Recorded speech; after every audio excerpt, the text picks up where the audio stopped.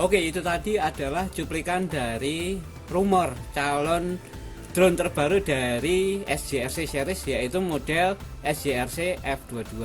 Karena kemarin di aplikasi update 273-nya sudah keluar model baru, yaitu F22S dan F22 ini. Nah, untuk modelnya ini masih rumor, mungkin bisa model ini atau bisa model lain, tapi nanti misalnya ada update akan saya perbarui.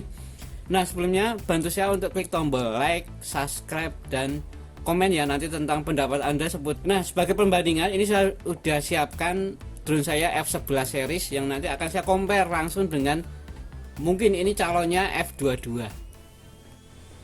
Oke, seperti ini adalah drone-nya. Ini rencana untuk F22. Ini masih rumor. Mungkin kalau nanti drone-nya keluar lain saya juga tahu, karena ini kita sok-sokan aja saya tahu. Dan ini drone F11 ya. Jadi untuk modelnya itu merujuk ke F11. Kalau kita perhatikan dari desainnya, untuk tampilan warna sekarang two tone color ya. Jadi antara atas, warna atas bagian body drone dan bawah itu berbeda. Kalau yang ini kan mulai merujuk ke warna biru. Jadi atasnya dual tone. Itu sebenarnya cukup keren menurut saya. Warnanya itu biru gelap gitu. Biru gelap. Terus perbedaan yang lainnya kalau lihat dari sisi desain, tapi kalau untuk dimensinya ukurannya kayaknya sama, ini dimensinya hampir seperti F11 ini, cuman pada bagian kepalanya ini aja, di bagian kepala ini ada penambahan fitur seperti ini kemungkinan ada sensor anti tabraknya. Gak tahu nanti teknologi apa yang dipakai. Kalau untuk dari gimbal kameranya dan kameranya kemungkinan hampir sama.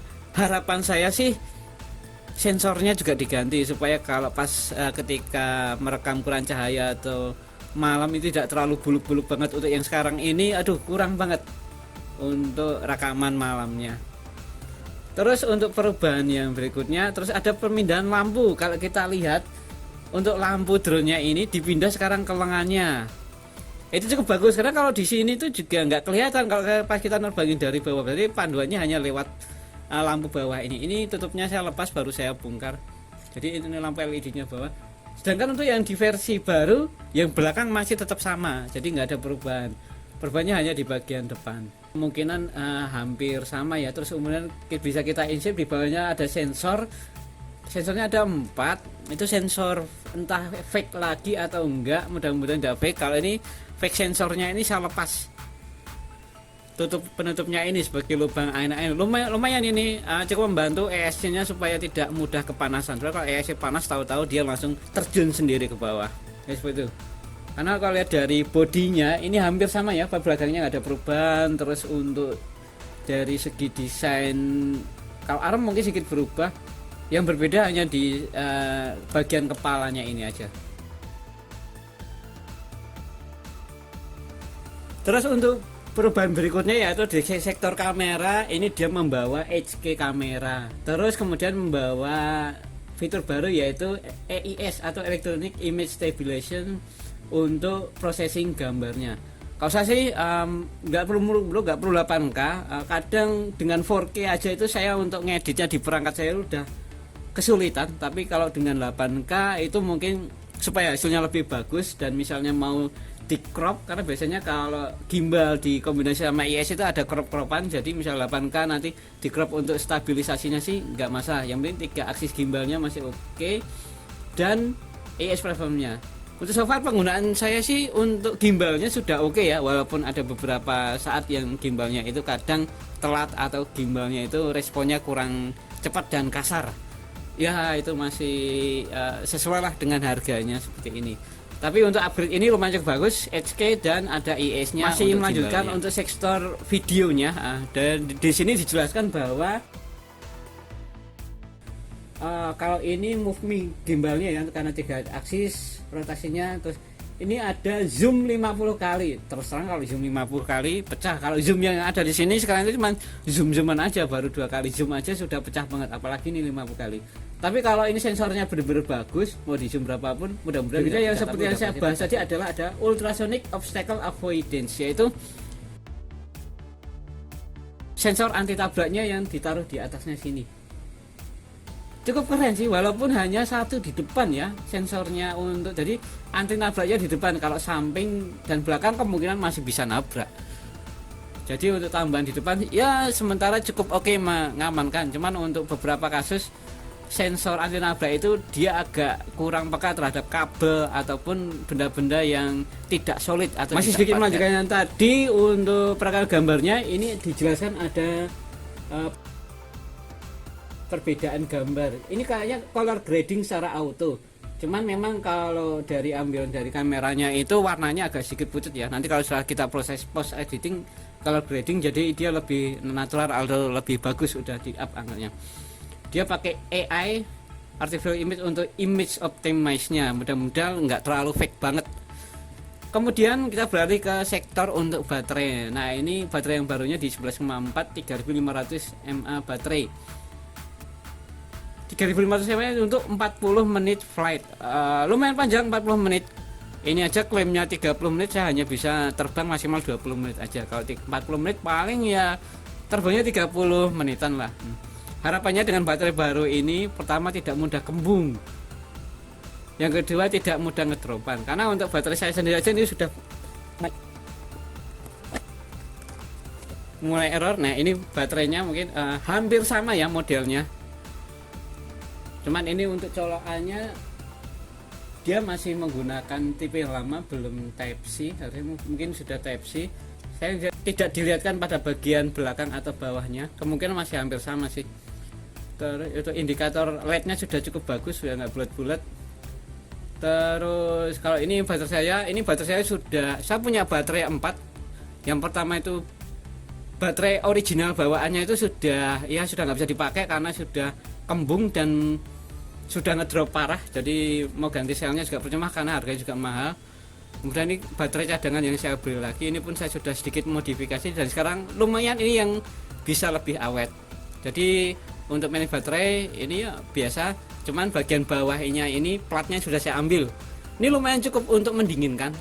Untuk baterai cadangan yang kedua itu saya juga boros banget.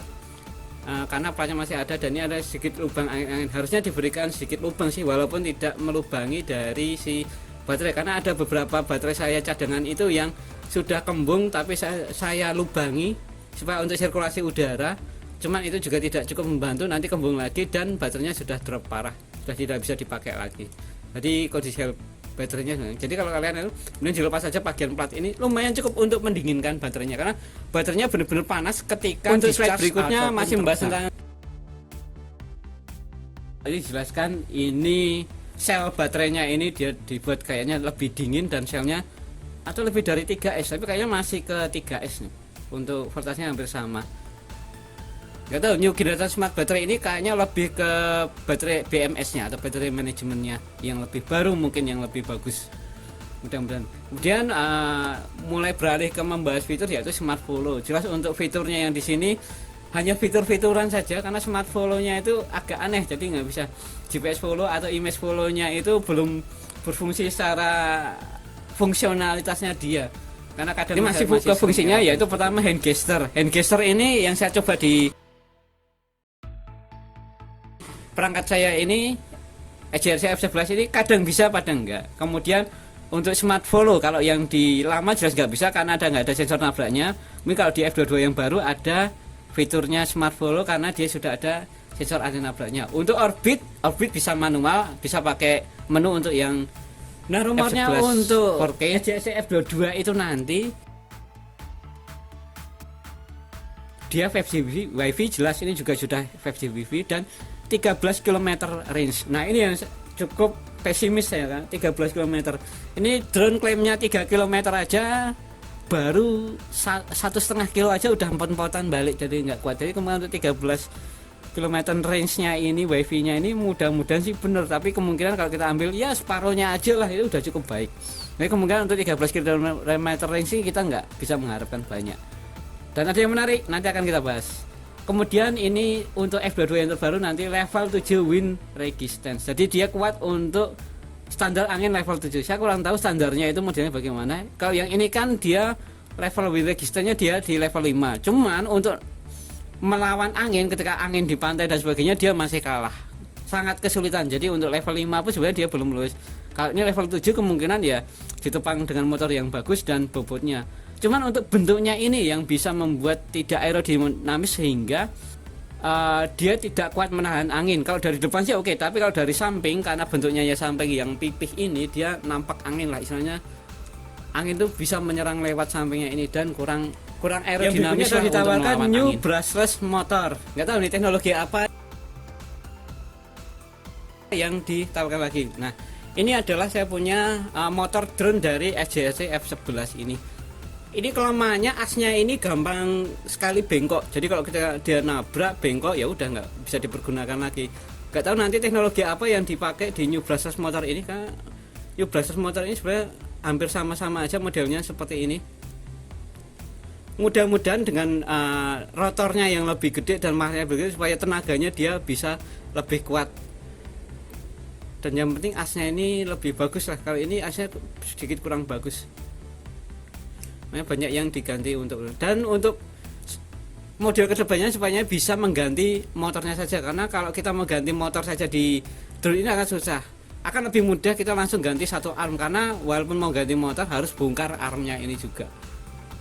Ini ada di video saya tentang waktu drone ini crash dan bagian depan armnya ini kena motornya itu kena macet parah. Dia hanya berputarnya itu dia lebih lambat dari motor drone yang lain. Jadi kemarin saya cek pakai RPM meter. Jadi RPM meter itu alat untuk mengukur kecepatan tiap drone, maka setiap motor, maka saya cek kecepatan motornya itu kadang berbeda-beda, padahal harus sama ketika posisi idle. Dan yang di bagian depan kanan punya saya itu dia kecepatannya sedikit lebih lambat yang motor ini karena dia RPM-nya. Kemudian ini juga dijelaskan adanya dual GPS Smart Return. Kalau F22 ini mau pakai dual GPS akan lebih bagus karena dijelaskan untuk fiturnya pertama low signal return. Jadi kalau sinyalnya hilang dia udah kembali, fiturnya udah bisa dipakai ini. Jadi kalau biasanya saya terbang sampai low signal dia bisa balik. Cuman kadang dia balik ketika dia sudah connect dia akan berhenti, nggak langsung balik. Harapannya setelah low signal dia balik ke titik RTH, tapi low signal kebalik dan udah nemu sinyal dan drone-nya itu masih jauh, itu dia malah diem saja nggak mau balik. Itu kadang yang sering saya bikin bingung. Dan one key return ini udah ada untuk one key return untuk return to home-nya. Kemudian low power return. Nah, untuk drone SJC F11 ini lumayan cukup pintar, dia bisa ngitung berapa jaraknya selama kondisi baterainya itu masih normal ya, masih oke. Jadi misalnya jaraknya untuk kembali itu bisa dia hitung, jadi dia tidak nekat maksimal jarak, tapi untuk kembalinya dia tidak nyampe. Kalau di SJC F11 ini dia dihitung antara untuk jarak baliknya dia bisa pulang, enaknya seperti itu. Kemudian overrange return, kalau kita di zona yang di luar yang sudah kita tentukan dia otomatis balik, ini juga sudah bisa, tapi jarang sih sampai overrange. Di sini yang menarik adalah bisa kita lihat kontrolernya. Kontrolernya lebih terlihat modern, baru dan mewah, gede, tidak seperti kontroler sekarang ya seperti ini. Ya, ini yang untuk F11S ya.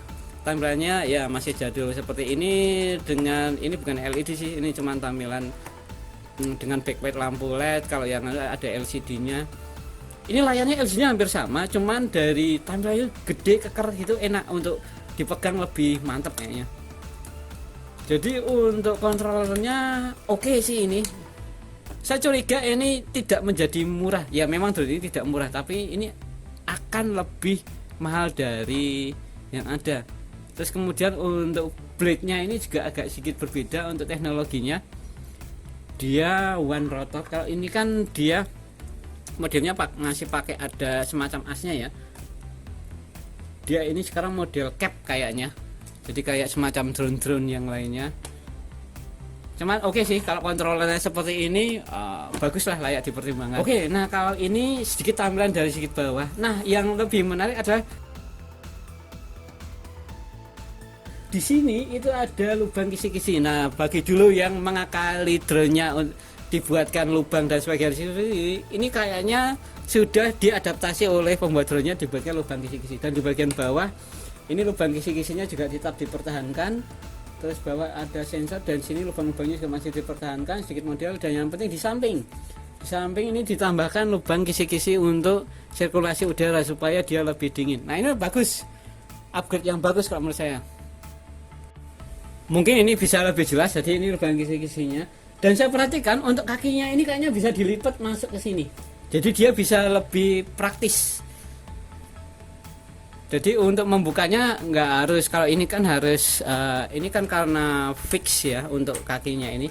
Jadi kalau untuk membukanya kan harus yang depan dulu nih. Karena kalau belakang dulu, ini yang depan kekunci macet. Kalau yang ini kayaknya ini bisa dilipat untuk kakinya ini. Jadi ini kakinya bisa dilipat. Jadi membuka belakang dulu atau depan dulu nggak masalah. Jadi lebih mempercepat sih untuk kitanya mau terbang itu. Kadang kalau buru-buru lupa bukanya, buka yang baru harus mengulang lagi. Ya simpel berapa detik tapi separuh cukup oke lah. Kemudian untuk support, jelas untuk support ini karena ini drone tidak resmi ya, maksudnya ini dipasarkan dari luar, tidak ada di sini. Untuk webnya yang resmi saja sendiri ini saya nyari juga nggak ketemu, saya cuma nemunya di web-web marketplace. Jadi ada after sale service, face to face video guide dan video tutorial ya ada di sini, cuman kita nggak bisa berharap hanya untuk after sales penjualan dari drone ini. Ya harapannya F22 nanti seperti apa yang didisplaykan seperti ini untuk fitur-fiturnya dan sebagainya. Kalau sesuai ya ini layak rekomendasi untuk dibeli. Cuman untuk harganya, nah ini kayaknya harganya juga lumayan tinggi karena ada berbagai banyak tambahan fitur. Mungkin ini bisa di area 4 jutaan atau 3 jutaan besar ya, atau 4 jutaan lebih, bahkan bisa sampai 5 juta. Kalau udah range harga segitu mungkin dia akan kalah bersaing dengan ya sedikit nambah budget dikit lagi dapat drone yang sudah punya nama. Kalau ini SCRC memang dia sudah punya nama, modelnya oke, cuman ya kalau harganya terlalu tinggi juga saat ini peminatnya pun juga agak mikir-mikir untuk beralih ke F22. Cuman kalau ini nanti keluar saya mungkin akan membelinya juga untuk bahan konten juga nantinya. Nah ini sedikit spek teknisnya untuk F22 bisa kalian baca, cuman memang ini masih bahasanya nggak tahu bahasa Korea atau bahasa Cina ini. Seperti yang saya sudah bilang tadi, 5G untuk wifi nya, dimensinya hampir sama, HK, T-axis gimbal dan sebagainya, baterai 3500, flash nya 13 km, mudah-mudahan ultrasonic obstacle avoidance, dia teknologi anti terabaknya pakai ultrasonic, 40 menit terbang dan wifi range nya ini dibahas 2 kali nih. Oke, sekian pembahasan mengenai rumor drone terbaru dari SCRC yaitu SCRC F22.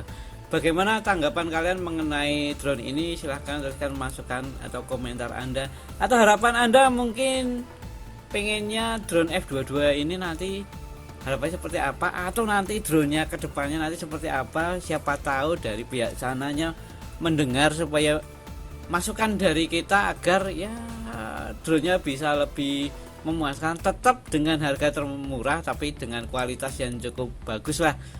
Untuk merek SCRC ini saya sudah miliki di 1 tahun ini, gambarnya sudah oke, hanya untuk kebutuhan sosial media atau untuk promosi sudah cukup bagus.